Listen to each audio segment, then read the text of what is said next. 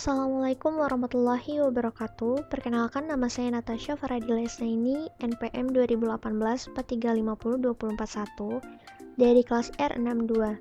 Saya perwakilan dari kelompok 2 ingin mempresentasikan hasil proyek kami, yaitu aplikasi sistem perpustakaan pada SMK Negeri 1 Depok. Kami di sini memakai database dari PHP-MyAdmin. Nama database-nya Perpusjav, yang dimana berisi 8 tabel. Ada tabel admin, anggota, buku, kehilangan, pengembalian, pinjam, pustakawan, dan taberak. Langsung saja kita masuk ke aplikasi. Kita run. Di sini kami memakai splash screen ya untuk pemanis. Lalu ini halaman loginnya. Kita masuk.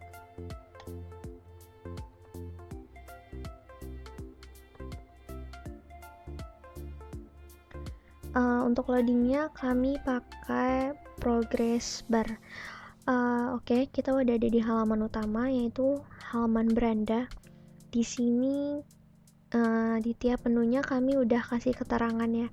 Untuk from masternya berisi data pustakawan, data anggota, data buku, data rak.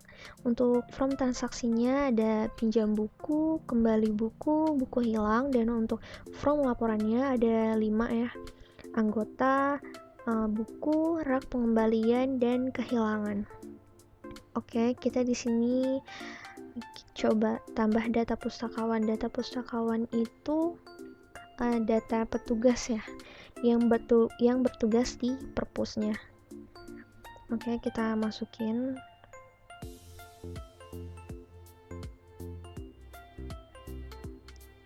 Kita masukin nama petugasnya. Misalkan Nurlaila Putri. Jabatannya di sana, jabatannya di sini admin.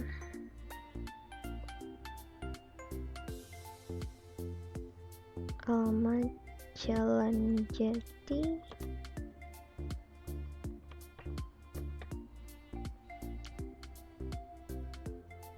Oke, di sini kita bisa tambah data. Kita juga bisa edit data ya. Misalkan di sini alamatnya ada yang tipe. Kita edit. Oke, data berhasil diedit, Jakarta Timur. Terus kita juga bisa hapus data ya di sini. Misalkan kita hapus Nurlaila. Oke, datanya terhapus. Berarti fungsi CRUD-nya pada from data pustakawan itu udah bisa. Selanjutnya kita coba di data anggota. Di sini ID anggotanya kita seragamkan ya. Kita isi.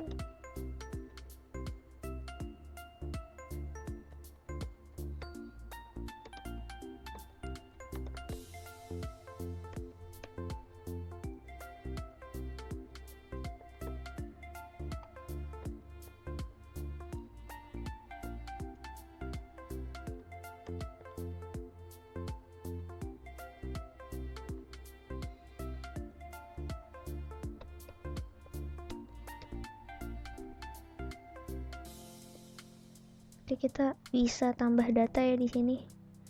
Kelihatan ya. Kita bisa tambah data di sini. Kita juga bisa edit data. Kita edit datanya Erika misalkan.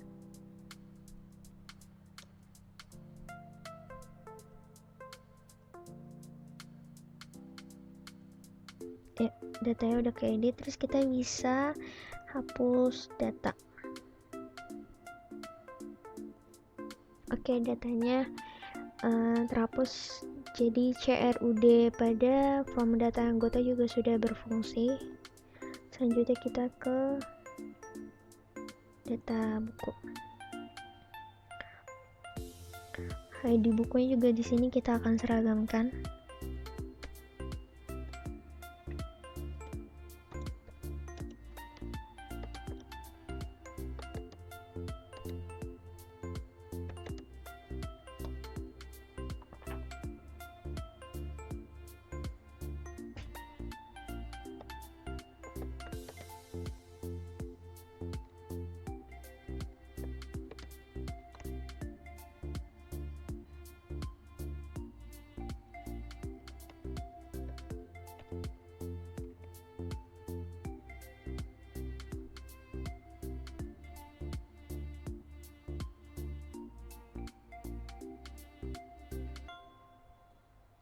Oke, berhasil tambah data. Sini juga kita bisa edit data ya. Misalkan stoknya salah masukin, kita edit di sini. Oke, datanya udah keubah stoknya. Kita juga bisa hapus data. Oke, datanya berhasil dihapus. Fungsi CRUD pada form data buku juga udah berfungsi. Selanjutnya kita ke data rak. Jadi data rak itu untuk mengetahui lokasi buku sama penempatan bukunya itu ada di mana sih. Seperti itu. Di sini juga ID-nya kita seragamkan ya.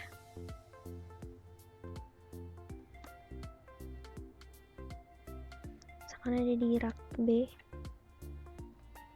ada di baris ke kode bukunya tadi untuk gadis kecil di tepi Gaza 003.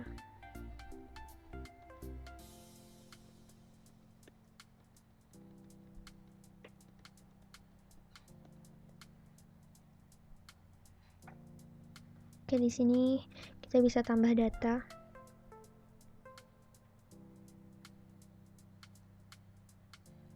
Kita bisa edit data juga. Di baris 1 kita edit, bisa. Kita di sini juga bisa hapus data ya. Ini datanya terhapus. Oke, CRUD di data rak ini juga sudah berfungsi. Selanjutnya kita ke form transaksi ya. Di sini kita akan pinjam buku. Sebelumnya kita cek stok dulu. Di sini buku dari gadis kecil tepi Gaza ini stoknya 40 ya. Kita pinjam buku. Sini kita masih input manual, cuma akan kita seragamkan. Kita input ID anggotanya. Nah, jadi di sini otomatis ya, kita tinggal cari ID-nya aja. Jadi nanti dia akan select data dari tabel anggota. Begitu juga dengan ID petugas.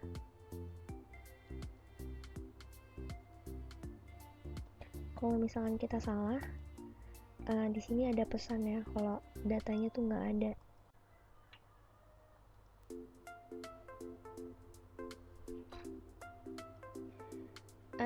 Petugasnya udah ada, namanya kita panggil ID bukunya. Cari. Oke, di sini misalkan tanggal pinjamnya itu tanggal 22, tanggal kembalinya tanggal 23, jumlah pinjamnya kita misalkan 1 ya. Kita simpan. Oke, data berhasil disimpan. Terus kita cek data bukunya lagi. Karena tadi kita udah pinjam buku, jadi stok di sini berkurang ya. Oke, jadi 39. Selanjutnya kita ke transaksi buku kembali. Ceritanya mau ngembaliin buku.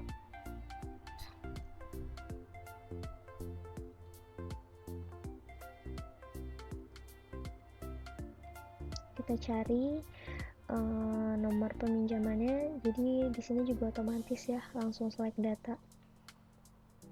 Jumlah kembalinya 1, tanggal pinjamnya tanggal 22, tanggal kembali seharusnya tanggal 23. Sekarang kita input kalau si peminjam balikinnya tepat waktu. Oke, pengembalian. Nah, di sini dia nggak ada denda ya, karena ngembaliinnya tepat waktu. Tapi jika si peminjam balikinnya di tanggal 24, seharusnya tanggal 23, kita coba ya.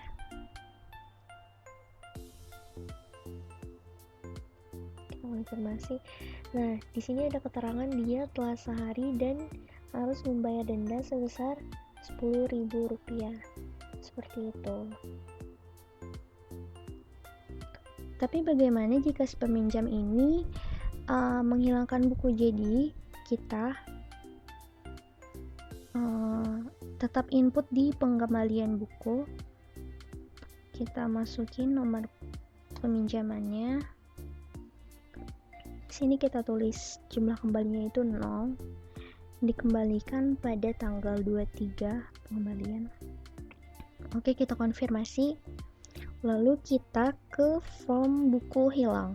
Sini kita panggil nomor peminjamannya. Kita isi maksudnya ya. Kita cari.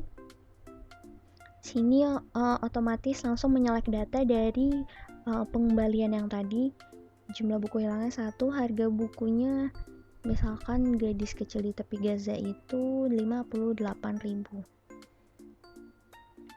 Oke. Jadi di sini langsung keisi ya datanya. Si peminjam itu harus bayar denda sebesar 58.000 karena telah menghilangkan 1 buku. Sini seperti itu. Oke, yang terakhir adalah from laporan atau report ya. Jadi di sini kita tinggal pilih, kita pengen lihat report yang mana. Kalau misalkan kita pilih anggota, maka dia akan muncul ya, hanya muncul laporan anggota. Lalu kalau kita mau lihat report buku, sini muncul ya, hanya ada laporan buku. Report rak, kita lihat di sini hanya ada laporan data rak pengembalian. Di sini kita bisa lihat ya laporan pengembaliannya. Dan yang terakhir ini report kehilangan. Ya, di sini kita juga bisa lihat. Oke, mungkin cukup sekian sedikit penjelasan tentang aplikasi kami.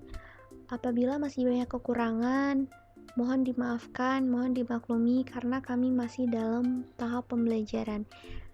Terima kasih untuk teman-teman dan terima kasih untuk dosen pengampu mata kuliah pemrograman visual.